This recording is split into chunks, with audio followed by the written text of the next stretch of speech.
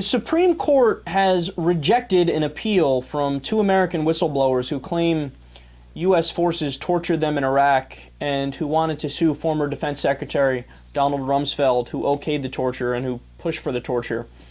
And this is kind of surprising to me. Now, on the one hand, of course, everybody kind of understands and thinks, well, Dick Cheney, George Bush, Rumsfeld, they're never going to be brought to justice for what they did, the endless number of war crimes, the endless number of lies.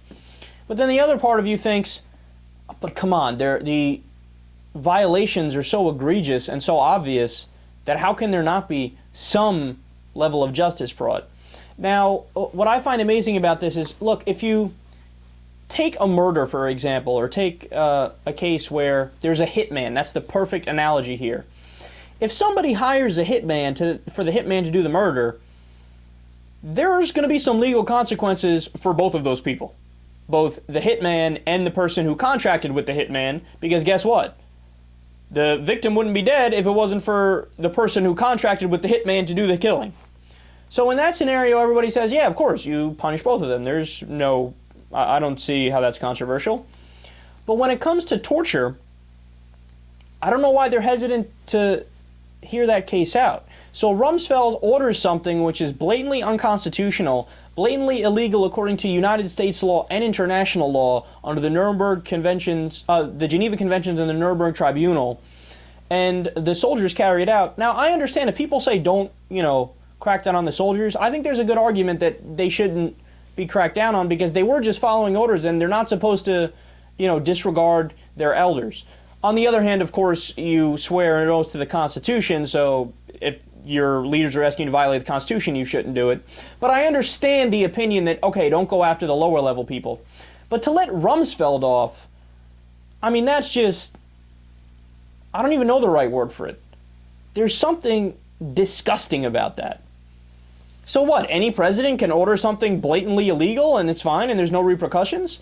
Or any high-ranking official in an administration, a defense secretary, could order something blatantly illegal and there's no repercussions for it? I mean, what country do we live in? There's supposed to be accountability. We're supposed to be a nation of laws, not a nation of men. So it is definitely a sad day because if the Supreme Court was actually acting in good faith and they were actually acting based on the letter of the law, Donald Rumsfeld would see some sort of criminal punishment for what he did. Now, I'm not saying you lock him up and throw away the key. I'm not saying you go, the extra mile to have a really long sentence or a really rough sentence, but there's got to be some sort of accountability, man. I mean, the dude orders torture and pushes for it, and now he gets to walk away scot-free. Here, you do an experiment. You order torture.